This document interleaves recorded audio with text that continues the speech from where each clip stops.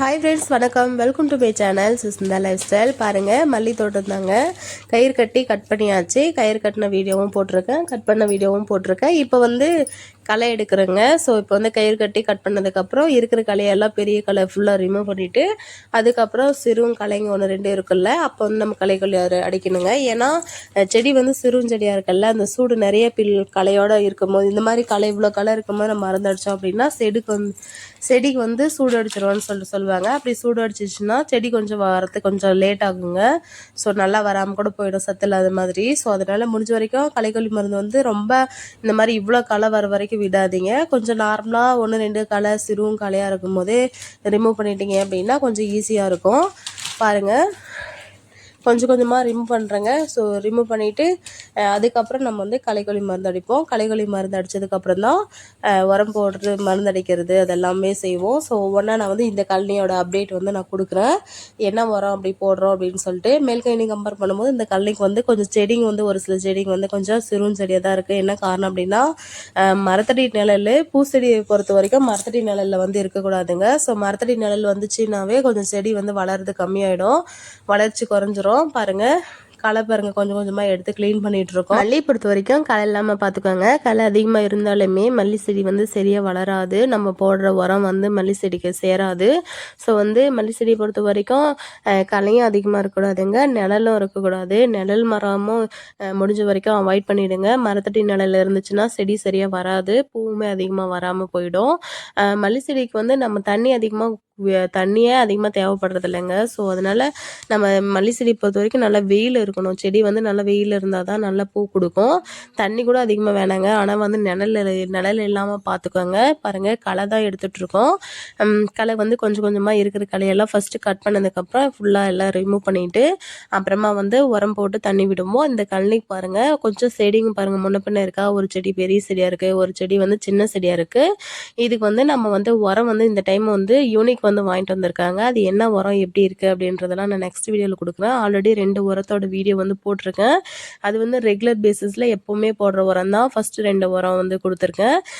இப்போ போடுற உரம் வந்து எதுக்கு அப்படின்னா, அந்த செடி வந்து பக்கம் ஒரு மரங்க பக்கத்து கழனியில். ஸோ அந்த மரத்தோட நிழலடி இருக்கிறதுனால செடிங்க வந்து ஒரு 2 சருவு ரொம்ப சிறுவும் செடியாக இருக்குது. செடி வச்சு 1 இயருக்கு மேலே ஆகிடுச்சு இல்லையா. ஸோ செடிங்களும் பாருங்கள், ஒரு சில செடிங்கள்லாம் கொஞ்சம் முன்ன பின்ன இருக்குது இல்லையா.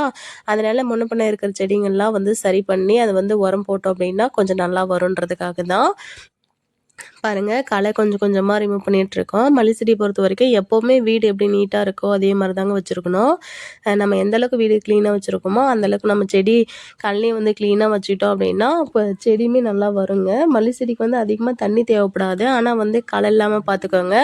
விடுறது ஒரு 2-3 தண்ணி தாங்க தேவைப்படும். ஸோ வந்து அது ஒவ்வொன்றா நான் அப்டேட் பண்ணுறேன். இந்த கழனியோட அப்டேட் தாங்க ஆல்ரெடி கொடுத்துருக்கேன். செடி வந்து கட் பண்ணது, அப்புறமா கயிறு கட்டினது. இப்போ பாருங்கள், களை ஃபுல்லாக ரிமூவ் பண்ணுற வீடியோ வந்து கொடுத்துருக்கேன். அடுத்து வந்து களைக்கொல்லி மருந்து அடிக்கிறது, அப்புறமா இந்த கழனிக்கு வந்து உரம் வந்து என்ன உரம் போடுறேன்னு சொல்லிட்டு போட்டிருக்கேன். ஸோ ஒரு கண்டினியூஸாக ஒரு பேட்ச் மட்டும் நீங்கள் பார்த்துக்கிட்டீங்க அப்படின்னா உங்களுக்கு ஒரு ஐடியா கிடைக்கும். இது வந்து இந்த செடிக்கு வந்து என்ன பண்ணலாம், செடிக்கு வந்து என்ன நோய் வரும், என்ன மருந்து அடிக்கணும், இல்லை எந்த டைம் வந்து என்ன பண்ணலாம் அப்படின்றது எல்லாமே உங்களுக்கு ஒரு ஐடியா கிடைக்குன்றதுக்காக தான். ஸோ வந்து வீடியோஸ் வந்து எப்போவுமே கொஞ்சம் ஸ்கிப் பண்ணாமல் கடைசி வரைக்கும் முழுசாக பாருங்கள், அப்போ தான் உங்களுக்கு வந்து புரியும்.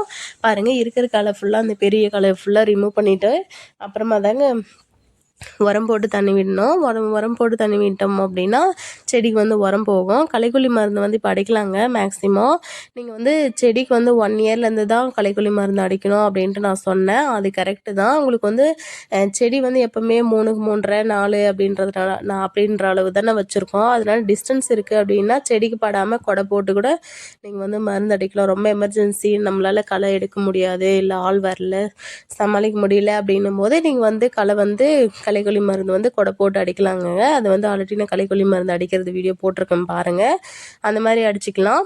அப்படி இல்லைனா 1 இயர் வரைக்கும் நீங்கள் செடி நல்லா கொத்தி விட்டீங்க அப்படின்னா கொஞ்சம் கொத்தி நம்ம களை எடுத்து விட்டோம் அப்படின்னா நல்லா ஒரு செடி வந்து கலகலன்னு நல்லா வருங்க. ஸோ அதனால தான் களை எடுக்கிறது. இல்லைனா களைக்கொல்லி மருந்து அடித்து விடலாம். களைக்கொல்லி மருந்து அடித்தோம் அப்படின்னா கொத்துற அளவுக்கு அந்த செடி வந்து ஒரு தெளிவாக வராது. ஸோ அதனால செடியை பொறுத்த வரைக்கும் எப்போவுமே கொத்தி விட்டாவே ஒரு உயிர் வரும் அப்படின்னு சொல்லுவாங்க. அதனால தான் அது மாதிரி பண்ணுறது. முடிஞ்ச வரைக்கும் களை இல்லாமல் பார்த்துக்கோங்க. களையோடு சேர்த்து நீங்கள் உரம் போட்டிங்கனாலும் கஷ்டம், பூ இருக்கிறதும் ரொம்ப கஷ்டங்க. ஸோ களை இருந்தால் நிறைய பூச்சி புழு இதெல்லாம் வரத்துக்கு வாய்ப்பு இருக்குது. ஸோ களை இல்லாமல் இருந்துச்சுன்னா செடி வந்து நல்லா வரும்ன்றதுக்காக தான் களை இல்லாமல் பார்த்துக்கணும். ஆனால் வந்து கட் பண்ணிவிட்டு களைலாம் ரிமூவ் பண்ணதுக்கப்புறம் பார்த்தீங்கன்னா உண்மையாக அவ்வளோ சூப்பராக இருந்துச்சுங்க. உண்மையாக கழனி நல்லா இருக்குது. இந்த டைம் நான் உங்களுக்கு அப்டேட் பண்ணுற இந்த அக்டோபர் மாதம் எனக்கு தெரிஞ்சு நெக்ஸ்ட் வீக்லேருந்து ஓரளவுக்கு பூ வந்து நல்லாவே அறுக்க ஆரம்பிச்சிடும்னு நினைக்கிறேன். இன்றைக்கே பூ வந்து இன்னிலேருந்து ஸ்டார்ட் ஆகிடுச்சிங்க. இன்றைக்கி 1/2 கிலோ வந்திருக்கு. அப்படின்னா 1 கிலோ பூ வந்து இன்றைக்கி ரேட் வந்து 400 போயிருக்கோம். 400 நேற்று ரேட் வந்து 450. மேக்ஸிமம் இந்த செப்டம்பர் 25லேருந்தே ஓரளவுக்கு விலை போயிட்டு தான் இருக்குது பூவு. ஸோ பார்க்கலாம் எவ்வளோ ரேட் வருது அப்படின்னு சொல்லிட்டு. நம்மளது வந்து இப்போ நெக்ஸ்ட் வீக் வந்து 2 கால்லையுமே ஒரே டைம் வருதுங்க. ஏன்னா முன்ன பின்ன தான் கட் பண்ணி விடணும்னு சொல்லி பார்த்துச்சு. கட் பண்ணுறதுக்கு வந்து ஆள் கொஞ்சம் டிலே பண்ணாங்க. இன்றைக்கி வரேன் நாளைக்கு வரேன்னு சொல்லிட்டு சொன்னதுனால பூ வந்து இந்த டைம் கட் பண்ணி விட்டது வந்து 2மே முன்ன பின்ன வந்துச்சுங்க. ஸோ கீழ்கழனி தான் இதுதான் வராதுன்னு சொல்லிட்டு பார்த்தேன். கடைசியில் 2 கல்லுமே ஈக்குவலாக வருதுங்க. ஸோ கஷ்டம்தான். ஏன்னா இந்த மாதிரி பேட்சாக பிரிச்சிட்டோம் அப்படின்னா நமக்கு அறுக்கிறதுங்க ஈஸி, ஆளுங்களும் வர்றது ஈஸியாக இருக்குங்க. நமக்கும் டைம்குள்ளே 11க்குள்ளே முடிச்சிட்டோம் அப்படின்னா பிரச்சனை இல்லை. 11க்கு தாண்டி போயிடுச்சு அப்படின்னா 2 o'clock வரைக்கும்லாம் அறுத்துருக்கு. அதெல்லாம் ரொம்ப கஷ்டங்க. சும்மா வெயிலெலாம் இருக்க முடியாது. ஸோ அதனால் முடிஞ்ச வரைக்கும் 7 to 11 அதுதான் கரெக்டாக. 7லேருந்து 11 மணி வரைக்கும் அறுத்து முடிச்சிட்டோம் அப்படின்னா நமக்கும் கொஞ்சம் ஃப்ரீ ஆகிடுங்க. யாருக்கும் கஷ்டமும் தெரியாது. நீங்கள் பூச்செடி வைக்கிறீங்க அப்படின்னா பேட்ச் வைஸ் வந்து பிரிச்சுக்கோங்க. வைக்கிறது வந்து இப்போ வச்சுருங்க. ஒரு 50 சென்ட் இல்லை 1 ஏக்கரு இல்லை வந்து 20 சென்ட் 30 சென்ட் அப்படின்னு நீங்கள் செடி வந்து இப்போ வச்சு டெவலப் பண்ணி ஒரு 1 வருஷம் 1.5 வருஷம் வளர்த்துட்டீங்க அப்படின்னா அதுக்கப்புறம் வந்து நீங்கள் வந்து கொஞ்சம் கொஞ்சமாக வந்து பேட்ச் பிரிச்சுக்கலாம். 20 சென்ட் ஒரு பேட்ச் இல்லை 10 சென்ட் ஒரு பேட்ச் அப்படின்னு சொல்லிட்டு ஒரு டைம் வந்து ஒரு 500 செடி இல்லை ஒரு 1000 செடி வந்து 1000 செடி வந்து பேட்ச் பிரிச்சிட்டிங்க அப்படின்னா பூ இருக்கிறது வந்து கொஞ்சம் ஈஸியாக இருக்கும். மேக்ஸிமம் வந்து டைமுக்குள்ளே முடிச்சிற மாதிரி பாருங்கள். ஒரு 2-3 மணி நேரத்துக்குள்ளே பூ இருக்கிற மாதிரி இருந்துச்சு அப்படின்னா உங்களுக்கு ஈஸியாக இருக்கும். பாருங்கள் களை தான் ரிமூவ் பண்ணிகிட்ருக்கேன். நான் ஒவ்வொன்றா எல்லாமே வந்து கிளியராக வீடியோஸ் வந்து தெளிவாக ஒவ்வொன்றுமே அப்டேட் பண்ணுறேங்க. ஒவ்வொரு வீடியோவும் கிளியராக கொடுக்குறேன். ஸோ இது வரைக்கும் என்னோடய சேனல் சப்ஸ்கிரைப் பண்ணி சப்போர்ட் பண்ண அனைத்து நல்லுள்ளவங்களுக்கும் ரொம்ப நன்றி. என்னோடய சேனல் சப்போர்ட் பண்ணுங்கள். சப்ஸ்கிரைப் பண்ணாமல் நிறைய பேர் பார்க்குறீங்க. ஏதாவது டவுட் இருந்தால் கேளுங்க. கமெண்ட் பண்ணுறாங்க. பாருங்கள் எவ்வளோ அழகாக இருக்குதுன்னு சொல்லிட்டு. உண்மையிலேயே அவ்வளோ சூப்பராக இருக்குது. உண்மையாக அடிக்கடி கல்யாணம் போய் பார்த்துட்டு சுற்றி பார்த்துட்டு வருவேன். பாருங்கள் எவ்வளோ அழகாக இருக்குதுன்னு சொல்லிட்டு. ஒரு கார்டனில் இருக்கிற ஒரு ஃபீல் இருக்குதுங்க. உண்மையிலேயே அவ்வளோ ஹாப்பியாக இருக்குது. பாருங்கள் எவ்வளோ நீட்டாக எவ்வளோ க்ளீனாக இருக்குது அப்படின்னு சொல்லிட்டு.